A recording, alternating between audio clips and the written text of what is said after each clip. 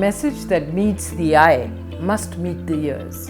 And this is what I heard from one of my friends ages ago when I started my career as a voiceover artist. And having a voice is not good enough, but having a powerful, effective voice is always what adds value to the message that you are going to convey. Now, voice modulation is an art, and that's what makes communication turn into articulation.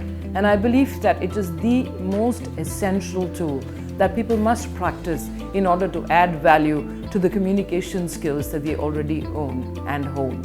Now, how does one do this? Now, if you really want the larynx to open up, there are 2 or 3 things that I will recommend. The first one is, please enunciate properly. People have a habit of discontinuously speaking, which means they do not complete the words, which means that they will prepare a script and be in a hurry to finish what they need to say. And I believe at this stage you must understand the power of emphasis. The exact syllable on which you emphasize will be the point of power. And for this, one needs to practice. Other than this, you need to understand there are people who sit right in front of you and there are people who sit very much away from you. So what will you do? You will project your voice. In order for you to project your voice, it requires a certain amount of practice. And what is this practice called? It's called pitching. And what is pitch? The entire horizontal throw of your voice is called pitching.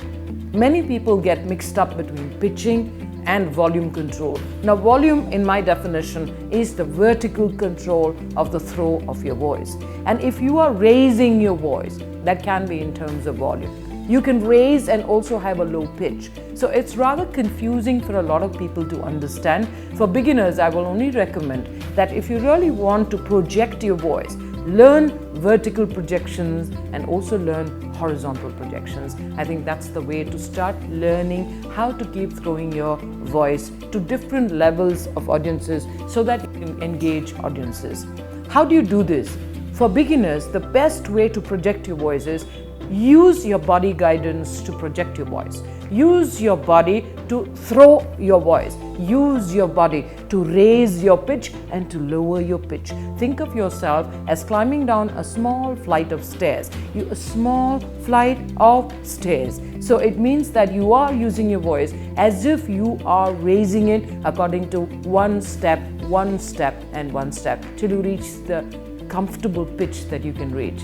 The other way of doing it is lower your voice until such that you're comfortable. So if you can have this imaginary step and the stairway inside of your head and pitch according to that, I think you are adding tone, you are adding quality, you're adding pitch to your voice, and thereby the message that meets the ear is definitely the message that meets the eye. Because if the message that meets the eye does not meet the ear, the human brain that's listening is always left in doubt.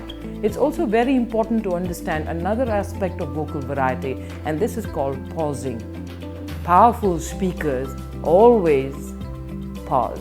And if you pause too long, then the audience tends to think that you're unprepared or probably you're not sure about it.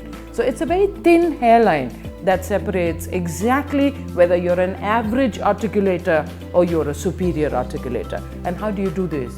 Only by the virtue of practice. Every single aspect of articulation and communication requires intense discipline and practice. So like Bruce Lee said, do you know 20,000 kicks practiced once? Or do you know one kick that is practiced 20,000 times? For voice, I would recommend one kick practiced 20,000 times.